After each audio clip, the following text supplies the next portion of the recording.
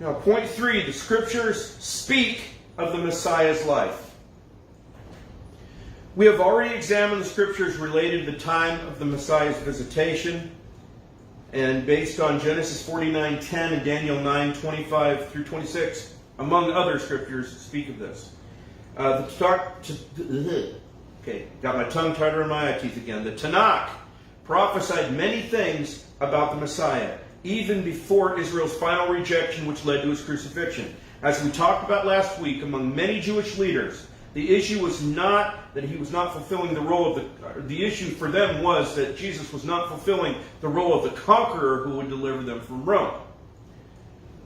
That was their issue among the Jewish leadership. Now, up until their final rejection, Jesus had already fulfilled many Old Testament prophecies related to his first coming. To the skeptic, as well as to the Christian as a tool to try to win the skeptic, the entirety of the law and prophets had been translated into Greek in the Septuagint 3 centuries before Christ's birth. This is established historical fact, so these prophecies could not have been written afterward. This is only, we're going to go through a survey of all the messianic prophecies of Jesus' life up until Passion Week. Okay? If we went through all of Jesus' prophecies this week, we would be here forever. This book, all the messianic prophecies of the Bible, look how thick that is. I don't want to do that, and I don't think you guys want me to. So here we go. All right, so we're just going to do a survey. First of all, the Messiah would be the seed of a woman. And this is God speaking to the serpent. In Genesis 3:15, and I will put enmity, that means extreme violence, between thee and the woman, and between thy seed and her seed. It shall bruise thy head, and thou shalt bruise his heel. Seed refers to descendants. And every descendant from time immemorial has always been attributed, children and grandchildren, to being the seed of a man except one, the Messiah. The seed of the woman will be wounded by the seed of the devil, which happened at the Messiah's first coming, but he will stomp the devil flat, which will happen at the Messiah's second coming. Stomp on his head. Okay. Along those lines, we have the Messiah would be born of a virgin, Isaiah 7:14. Therefore the Lord himself shall give you a sign. Behold, a virgin shall conceive and bear a son. Again, this agrees with the seed of a woman prophecy, as Jesus had no human father. Joseph was his adopted father. Joseph adopted Jesus. And we're going to get into that when we start talking about the lineage and the boyhood of Jesus. But it was an adoption. Listen, it's not much of a sign if a regular woman has a kid. Happens all the time. In fact, that's how babies are made. A woman has a child. Okay? But a virgin having a child? Now that is a sign. That's unusual. It's only happened one time in the history of the universe. If Israel had known their scriptures, they would have never have created the myth that Jesus was born of fornication in John 8:41. They would have remembered that he would be the seed of a woman born of a virgin. But they did not. Okay, here we have, also, let's go back. We're still on Isaiah 7:14, my bad. The Messiah would be called God with us, Emmanuel. The word name in the Old Testament can actually refer to a title as well as a given name. For example, because people are like, oh, Emmanuel, his name's not Emmanuel, his name was Jesus, or Yeshua to the Jews. Yeah, it could also be a title. For example, in Isaiah 9:6, for unto us a child is born. Did I put that? Yes, I did. Isaiah 9:6, for unto us a child is born, unto us a son is given, and the government shall be on his shoulder. And his name, title. Okay, name and title are often interchangeable. Shall be called Wonderful, Counselor, the Mighty God, the Everlasting Father, the Prince of Peace. And I don't know if this happened, but it would be somebody walking up to Jesus and going, hi, Wonderful, how are you today? Okay, hey, Counselor, can we talk? All right, this was a title. Okay? It was a title. Name and title, again, are often interchangeable. So we have Emmanuel, M with Amu us el God. With us God. So Israel should not have been surprised or mad or upset or murderous at the Messiah calling himself I am and one with the Father. They should have known that that is exactly how he was prophesied to be. The Messiah would be the seed of Abraham. Genesis 22:18, speaking to Abraham, and in thy seed shall all of the nations of the earth be blessed. There's no evidence of Isaac, Jacob, Jacob's sons, or the nation of Israel, or any Jew ever blessing all nations, much less all families in Genesis 12:3. The seed that did is the Messiah. In fact, Jews often hated non-Jewish nations. So Genesis 22:18 has to be a reference to one seed who would bless all nations, the Messiah. The Messiah would be born in Bethlehem. Micah 5:2. But thou, Bethlehem Ephratah, though thou be little among the thousands of Judah, yet out of thee shall come forth unto me that is to be the ruler in Israel, whose goings forth have been from old, from everlasting. Again, we have a child born who was from everlasting. Okay? The God-man. The ruler in Israel, who was to be born and yet is eternal, is the Messiah. The place of his birth isn't something anybody disputes about Jesus. He was born in Bethlehem. Bethlehem, house of bread.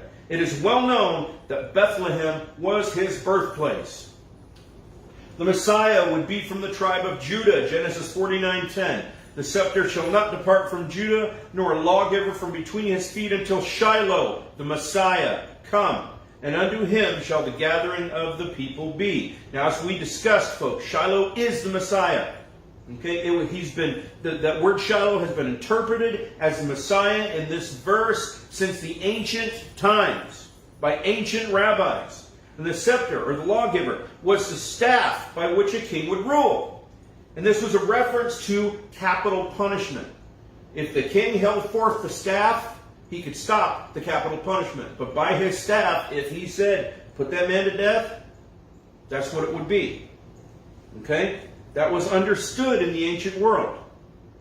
Okay, now Israel didn't have a king at the time, did they? So they had nobody with a staff. Okay, their king was God. They didn't have a human king. But there would be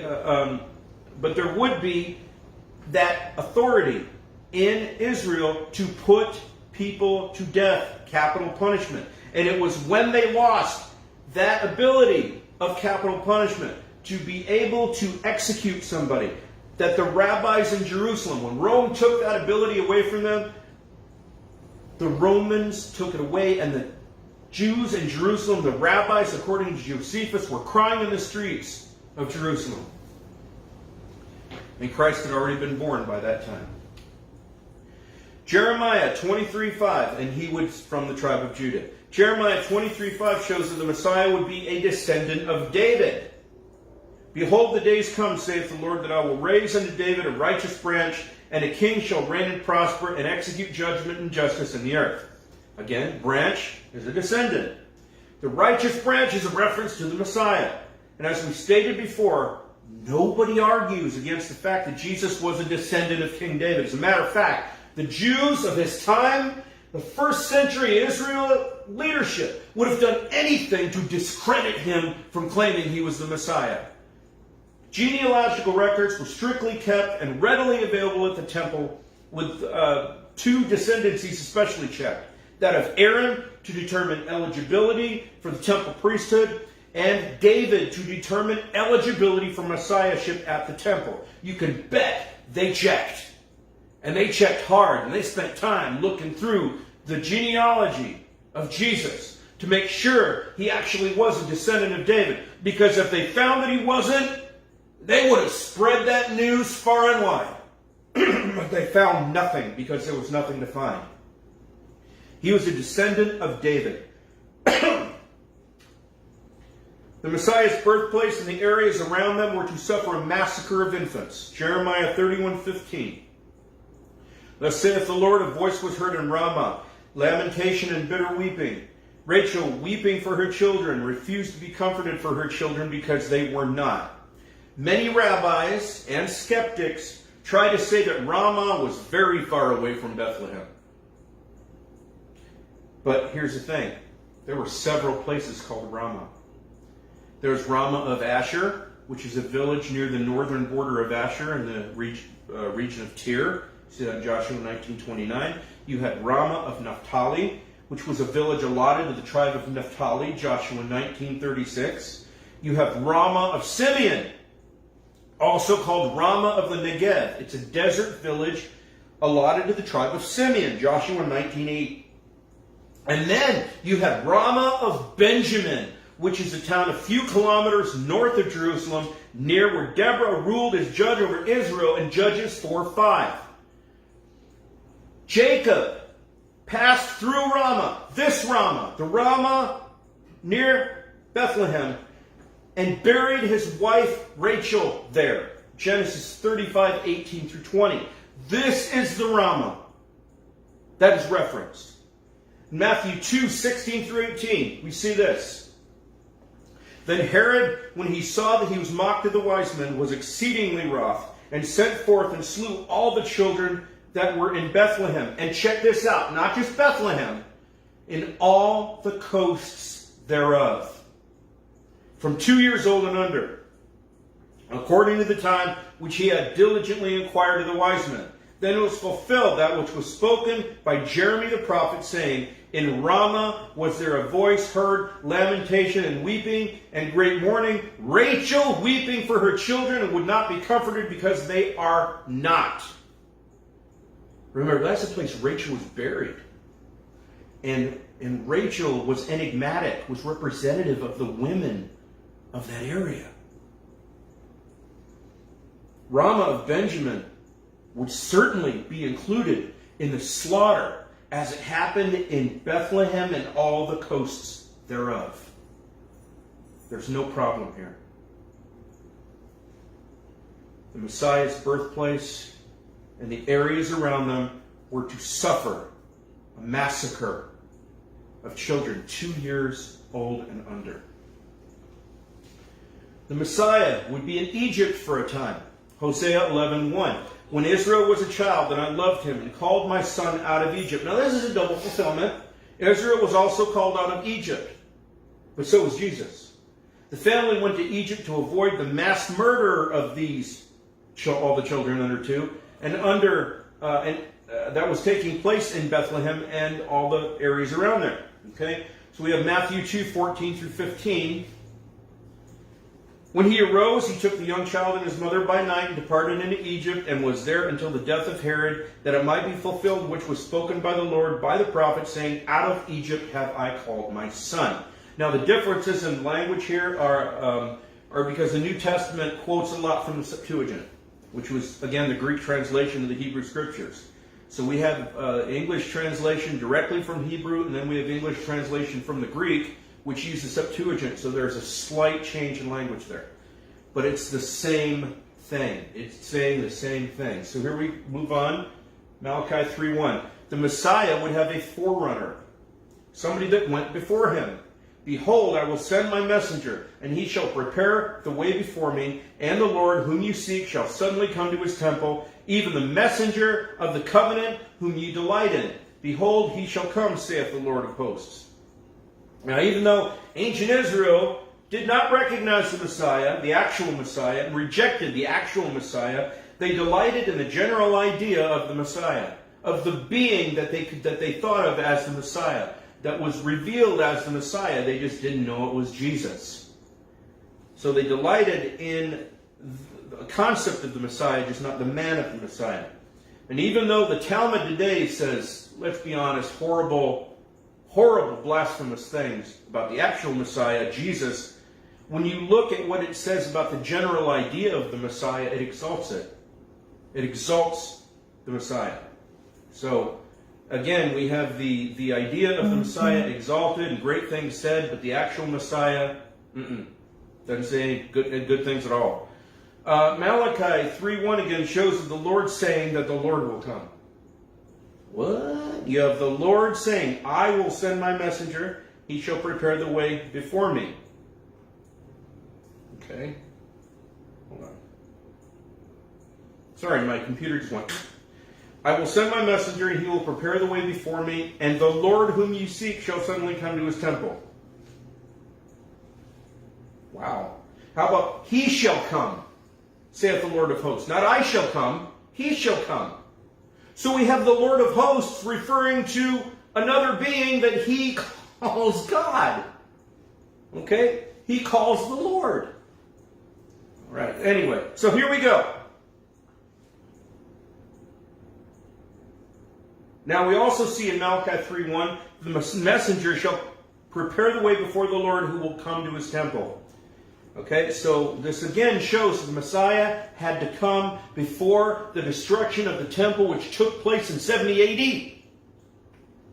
He had to be before the destruction of the temple in order to come to the temple.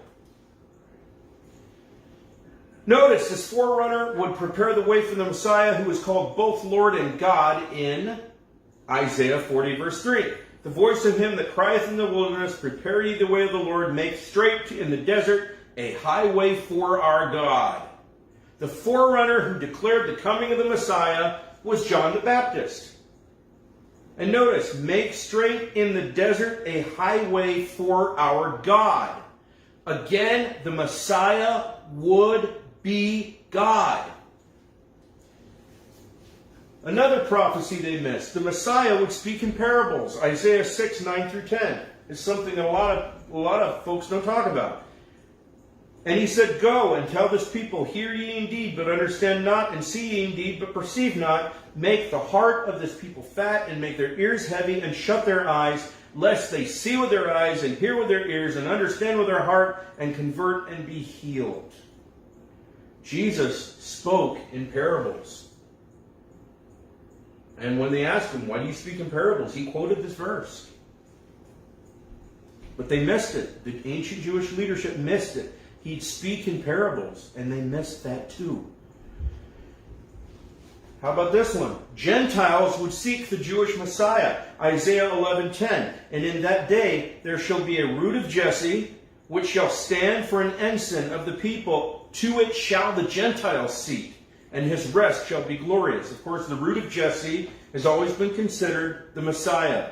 And here we have Gentiles would seek him. In Luke 17, 12 through 9, of the 10 lepers Christ healed, the only one to come back and say thank you was a Samaritan, a half Jew, half Gentile, which the Jewish nation of the first century considered to be worse than a Gentile. And yet this guy was the only one that came back and said thank you. In Matthew 15, 22 to 28, we have a Syrophoenician woman that came to Christ to heal her daughter of demon possession, even referring to him as the son of David. So even the Gentiles knew that the son of David would be the Messiah. In Matthew 8, 5 through 13, a Roman centurion came to him asking for his servant to be healed. And in John 12, 32, if I be lifted up from the earth, will draw all men unto me. All men, all, Jews and Gentiles. And if he draws, that means you seek. Most of the prophecies about the Messiah, folks, pointed to Passion Week, at least in regard to the first coming. There are still more than enough prophecies up to this time that had the Jews of the first century known their scriptures, they would not have rejected and crucified the Lord of glory, the Messiah, the God-man.